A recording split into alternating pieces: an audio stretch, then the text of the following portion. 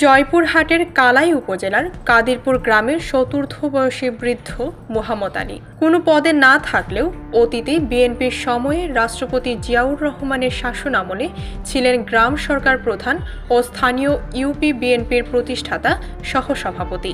এরপর থেকে বর্তমানে কোনো পদে না থাকলেও দলটির কর্মী ও সমর্থক মাত্র। জমিজমা নিয়ে পূর্ব শত্রুতা ছিল ক্ষমতাসীন আওয়ামী লীগের উপজেলা কমিটির আইন বিষয়ক সম্পাদক একই গ্রামের সেকান্দার আলী ও তার স্বজনদের সাথে। সুযোগ বুঝে 2014 সালের জুলাই মাসে নালসি সম্পত্তি জোর করে দখল নিতে মোহাম্মদ আলীর চাউল কলে প্রকাশ্য দিবালোকে হামলা চালায় সেকান্দারের নেতৃত্বে তার দাপটে স্বজনসহ আওয়ামী সন্ত্রাসীরা। এই হামলায় লুটপাট ও ভাঙচুর সহ মোহাম্মদ আলীর 2 সন্তান সহ বিএনপির সমর্থক তার স্বজনদের বেধড়ক মারধর করে গুরুতর আহত করেন তখনকার আওয়ামী লীগ নেতা সেকান্দার তার দলবল। 2014 সালের ঘটনা। আমরা ধান কেউ ঢোছে কেউ চাতালত মিল চালু করার জন্য লেবার টেবার এসে আমরা বসে আছি। এই সময় আওয়ামী লীগের নেতা সেকান্দার আসি আর ভাই ভাইস্তে যত আপনজন আসলো একবার সব দলবল বান্ধে লিয়ে আসি এটি সেলপুলেক সকারে মহাজনে চলে গিয়ে মারিয়ে পিটিয়ে একবারে সগলাকে মাথা টাতা ফাটি রক্তর দিনে করে দিয়েতে চলে গেল। আমরা কোথায় আছে আমাকে সকালে মারবা আছে তা আমরা যদি কিছু কই তা কত পেট্রোল ঢালি দিয়ে আগুন দিয়ে পুড়িয়ে দেবো। এরপর মোহাম্মদ আলী সহ তার স্বজনদের বিরুদ্ধে উল্টো অপহরণের মামলা করে সেকান্দার।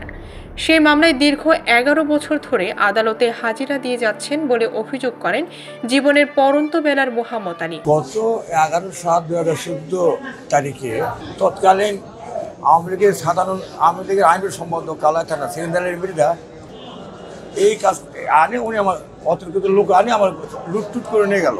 আমি অনেক কষ্ট হলেও মামলা রেকর্ড করলাম, কিন্তু এরপরে 4-5 দিন পরে মোলাঙ্গুড়িহাটের ওই রফিকুল তৎকালীন আওয়ামী লীগ সভাপতি জিয়া চেয়ারম্যান ওই হইব মিলনের বাড়িতে যায় আমাকে সাজানোর জন্য আর মামলা করলো, আমার কাউন্টার 7টা বাজে মামলা করলো।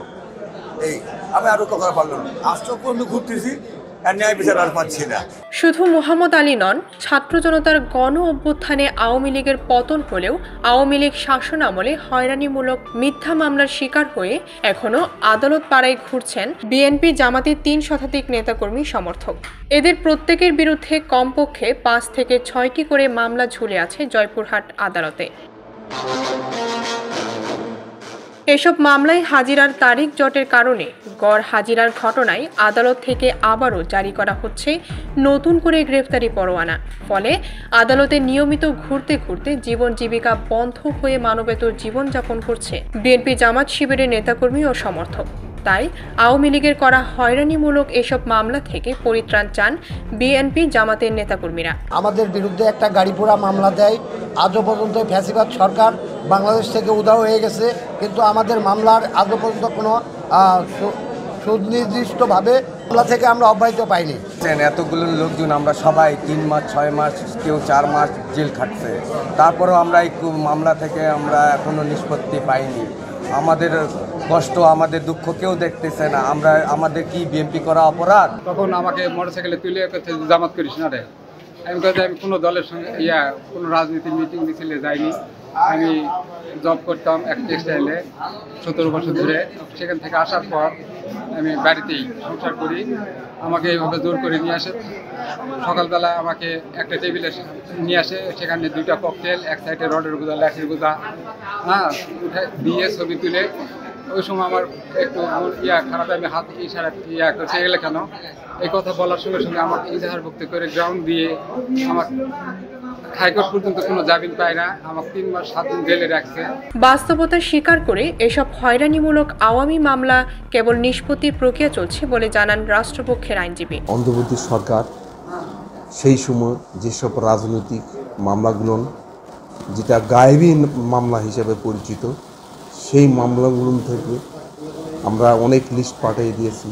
ইতিমধ্যে বিভিন্ন ডিস্ট্রিক্টে অন্তর্বর্তী সরকার এই মামলাগুলো নিষ্পত্তি করার দ্রুত নিষ্পত্তি এবং প্রত্যাহারের জন্য একটা গ্যাজেট তৈরি করছে। যদিও গ্যাজেটটা আমাদের জয়পুরহাটে আসে নাই, তার সত্ত্বেও আমি অ্যাজ এ পিপি হিসাবে জয়পুরহাটে প্রায় অর্ধেক মামলা আমি অলরেডি নিষ্পত্তি করে ফেলেছি। যেগুলো চার্জ ছিল চার্জ থেকে অব্যাহতি পেয়েছে এবং জেলা এখন সাক্ষী পর্যায়ে আছে সেই মামলাগুলো যেদিন আসতেছে সেই দিন এই মামলাগুলো আমরা নিষ্পত্তির চেষ্টা চালাচ্ছি। রাষ্ট্রপক্ষের শুধুই আশ্বাসে সন্তুষ্ট হতে পারছে না ভুক্তভোগী ও তাদের অসহায় পরিবারগুলো। তাই দ্রুততম সময়ের মধ্যে আওয়ামী যুগের এসব হয়রানিমূলক মামলার পরিত্রাণ চান ভুক্তভোগীরা। ডেস্ক রিপোর্ট, ভোরের পাতা।